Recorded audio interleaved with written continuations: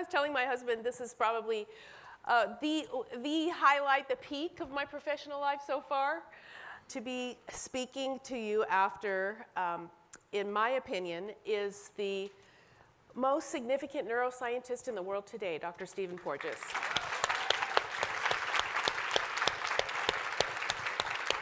What other scientist can we say is making a difference in helping us make the world a more loving and better place for our most vulnerable populations? And currently, across the world, I believe the paradigm is that our most vulnerable populations are receiving the most harsh and punitive treatment approaches. But we're going to shift that lens, thanks to Dr. Porges, giving people like me, a clinician, the theory, the science behind safety.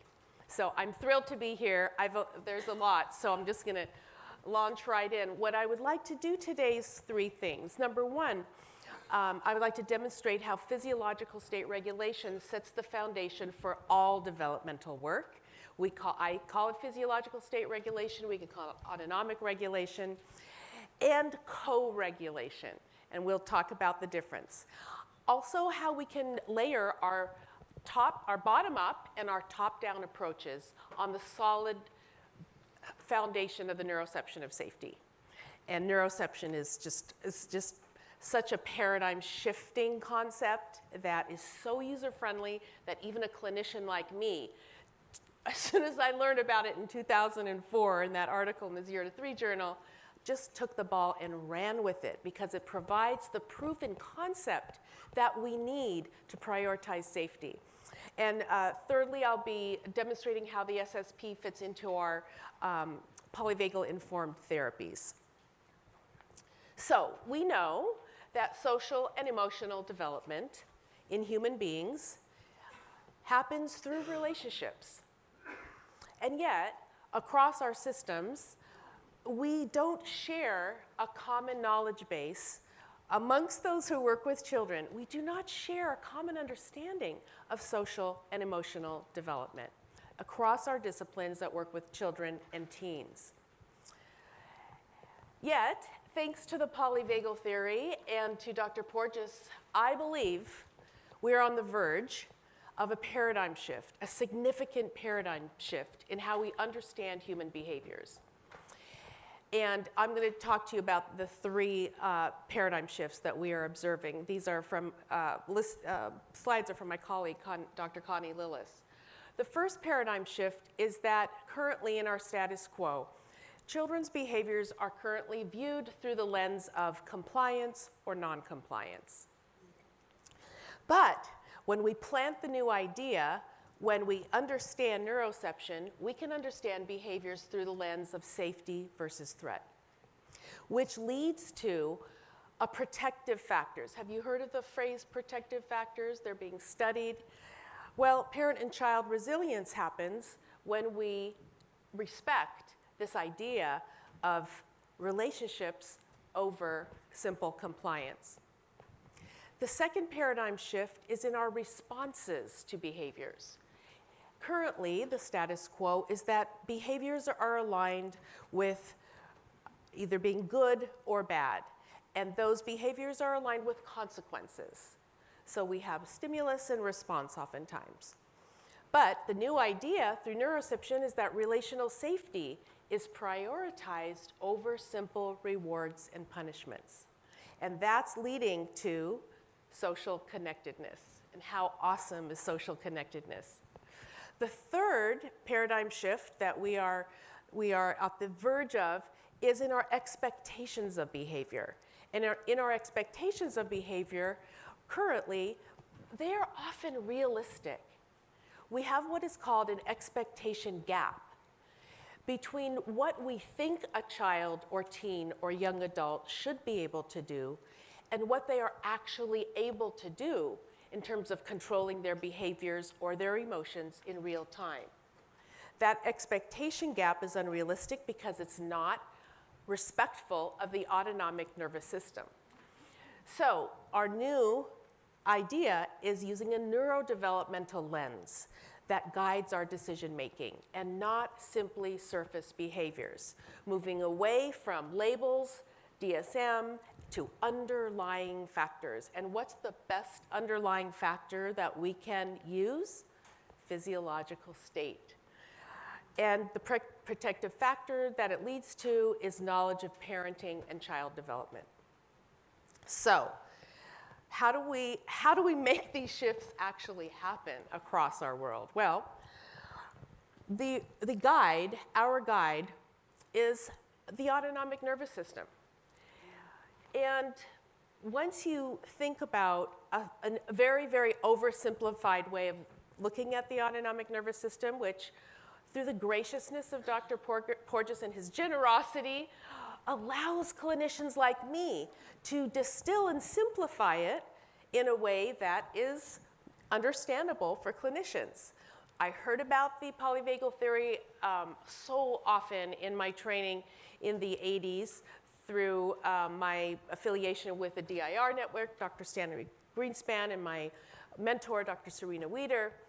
And yes, I tried to read the density of the science. Like, this is a great theory, but I really don't understand it very well.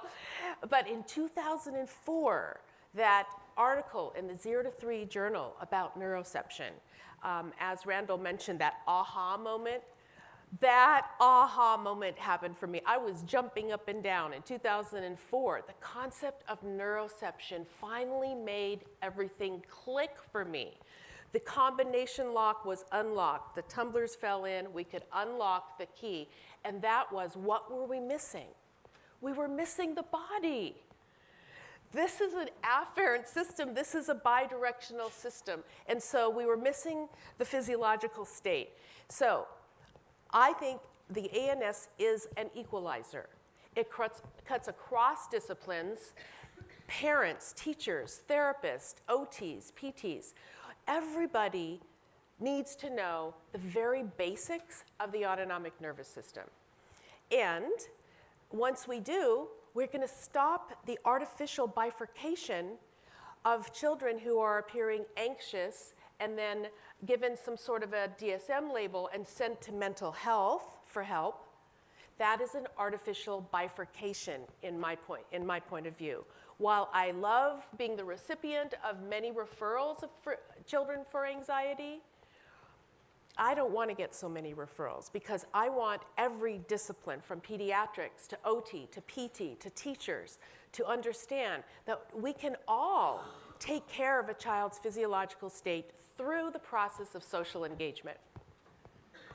So, just so you know, I have a simple way of looking at the autonomic nervous systems. You know, it has 2 main branches and then 3 pathways or circuits. The ventral vagal, the sympathetic, and the ancient dorsal vagal. I have, my colleagues and I are using colors to describe the 3 pathways. So for the green ventral vagal pathway, you can think about a green light. We're feeling safe. This is the social engagement pathway. This is where learning occurs. Children feel happy. Memories encoding. We are learning. We're thinking. This is where parents and teachers want their child to be, in the green. But if that doesn't work, we know that we go to the sympathetic, the mobilization pathway, the fight or flight response. And then if that doesn't work and extreme life threat is perceived through neuroception, then we have the immobilization, tuning out, shutting down, and we call that the blue path. We all know what ventral vagal feels like. It's the polygraph of the heart is in the face. Yes, is in the face. Look at the face there. Look at the faces there. It's bidirectional, and it feels good. And we have observable behavioral features of the ventral vagal state in the green. But we can, we have them categorized according to the eyes, the body, the face, the voice, and rate and rhythm of movement. But let's just, for now, think about the bright, shiny eyes, the ability to look at somebody rather than away from them, and the social connection that happens in the upper face. So alert, taking in information, and then, of course, the voice, the prosody of voice, the tone changes, the voice and gestures, our body tone.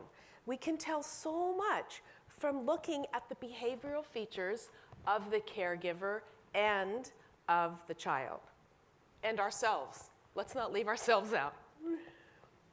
In the sympathetic pathway, how many of us are familiar with the sympathetic pathway? And how many of us are receiving a lot of clients because of the automatic default into the sympathetic pathway, where we have our more commonly understood fight or flight responses. There may be anger, disgust, a forced smile, clenched jaw or teeth. The eyes are not looking to social engagement. They may roll upwards. They may be squinting. And of course, the body is prepared to mobilize, prepared to move. In the blue, the dorsal vagal, we have a serious situation of extreme perceived threat. And the behavioral features that we may see are eyes that are not searching anymore. They're not searching for help, and they're not mobilizing either. They're shutting down. The face may be blank. You may have a sense of someone staring through you or looking down. The voice may be flat, monotone, soft, cold, or no voice at all.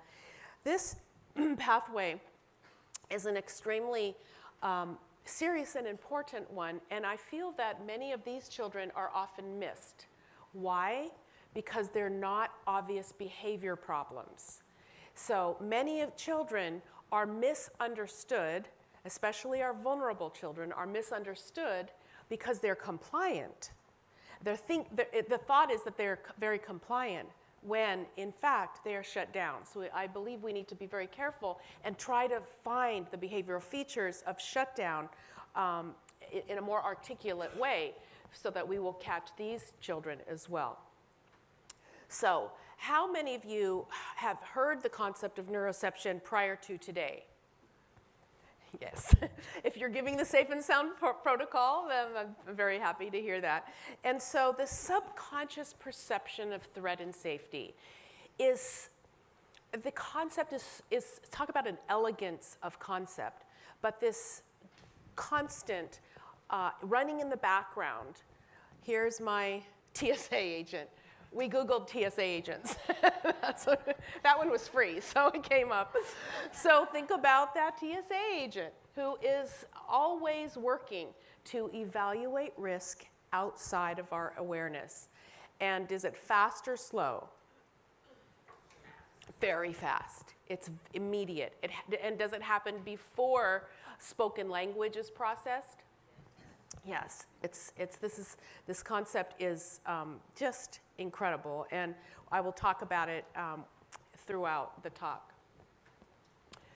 So if we believe that neuroception is a guiding principle, then that leads us to also trust that physiological state co-regulation is ground zero. And why do I say physiological state co-regulation? Well, human beings and other little mammals like us don't develop emotional self-regulation on our own. It happens through these co-regulatory patterns, this intersubjective experience between baby and parent, and as we get older, child and caregiver, whoever the child's with, through the process of neuroception, picks up cues of safety or risk or threat. And probably, I have so many favorite quotes of Dr. Porges, but probably on the top 2 or 3 is, safety is treatment and treatment is safety. I mean, only Dr. Porges could put it in so few words, right? It says it all. And importantly, we are not talking about a generic safe environment. I often hear school districts in IEP meetings or meetings where they're talking about, oh, does a child really feel safe on an individual basis? And the school district may say, oh yes, it's an excellent school, great seasoned teacher, it's a very safe place. That's not what we're talking about. We're talking about, does the child perceive individualized cues of safety in her relational or physical environment? So this is one of our great guiding principles. And from the most amazing book, Dr. Porges and Deb Dana's latest book, The Clinical Application of Polyvagal Theory, we retune the child's nervous system through the process of social engagement. And again, retuning someone's nervous system is a process that involves human beings. And it doesn't matter if you're a parent or a teacher or an occupational therapist or a pediatrician or a mental health provider. All of us are responsible for providing cues of safety and making sure that our patients are receiving those individualized cues of safety according to their individual differences in their nervous systems. And along with that book, to me, do you all have this one? The Pocket Guide to the Polyvagal Theory. I carry this with me everywhere I go. Memorize this one, because you can use it in meetings across disciplines. You pull out these quotes and people really have nothing to say other than, oh, okay. Yeah, this is the power of having one of our most treasured neuroscientists in the world give us as clinicians the proof we need to finally change the paradigm from looking at surface behaviors and judging children for those behaviors and punishing them for those behaviors to loving them. I mean, that's basically what it comes down to, individualized love, cues of safety. So that's how we retune the child's nervous system. So now let's talk about the SSP, which I love. In the proctoring instructions for the SSP, I'm going through the guidelines. We have 3 main instructions: communicate expectations at the child's level, help the child feel safe and comfortable during the intervention, and ensure the interventions are delivered correctly. And then we also have some subheadings, a little bit more elaboration: be helpful, friendly, and smile, know the child's boundaries, and the child's allowed to move their bodies in ways that feel comfortable to them during the administration. No crunchy foods, because what happens when you eat a crunchy food when the headphones are on? Sounds really loud. And the discouragement of video games. So one of the awesome opportunities I have found in delivering the SSP, and I'm so excited just for today and tomorrow to hear from everybody else, like what are we finding? But one of the magical opportunities I believe the SSP gives us is the opportunity to introduce the power of social engagement to caregivers. Because depending on who you're working with, but oftentimes if you are working with parents who have been on the road in the journey with their child or teen for a while, what sorts of messages have these parents been given about their child? They're deficient.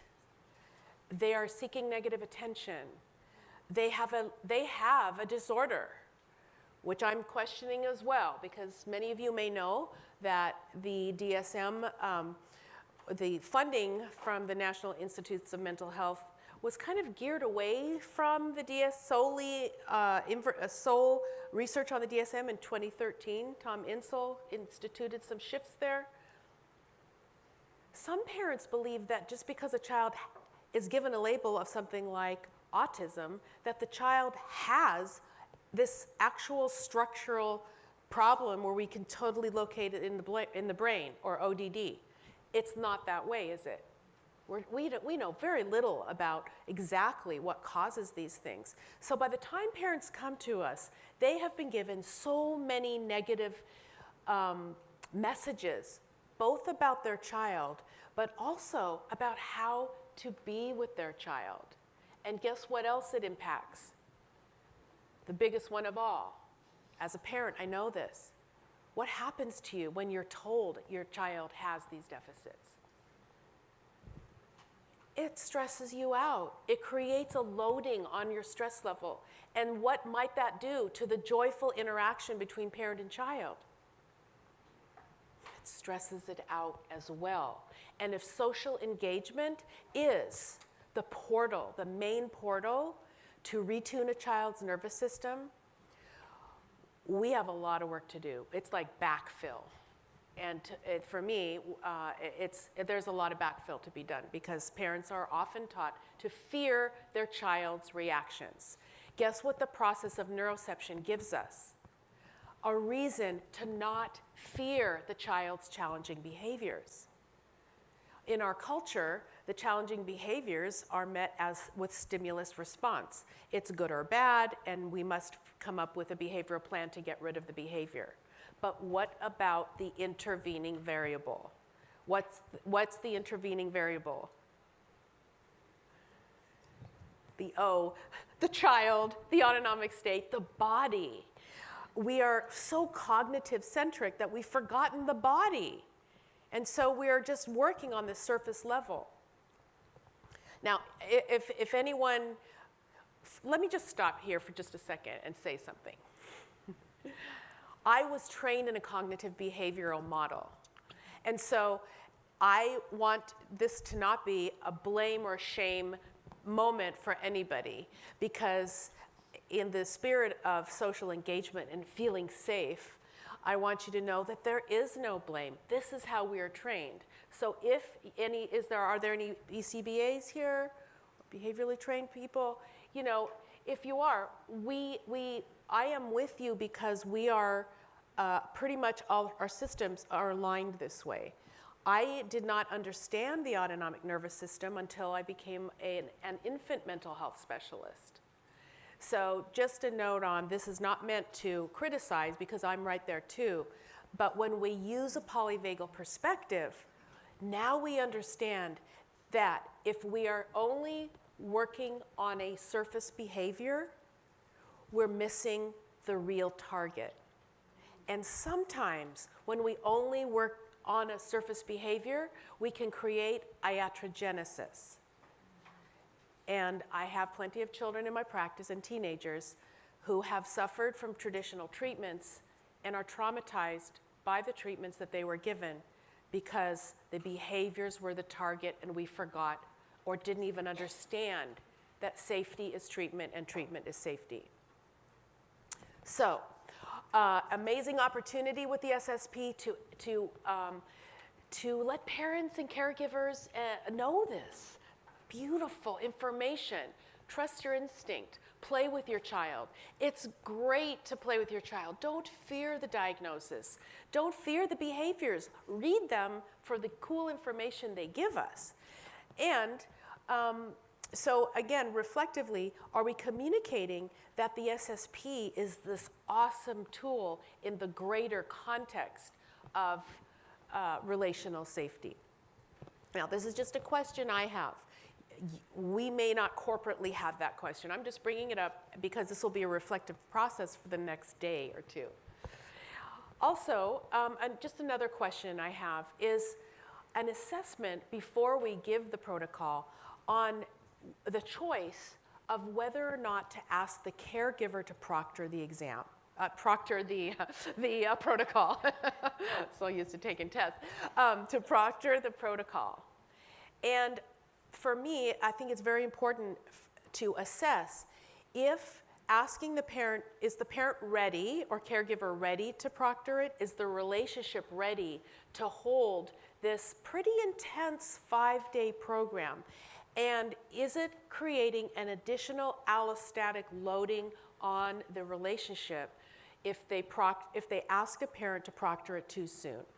Just a question I have. This is what I ask myself.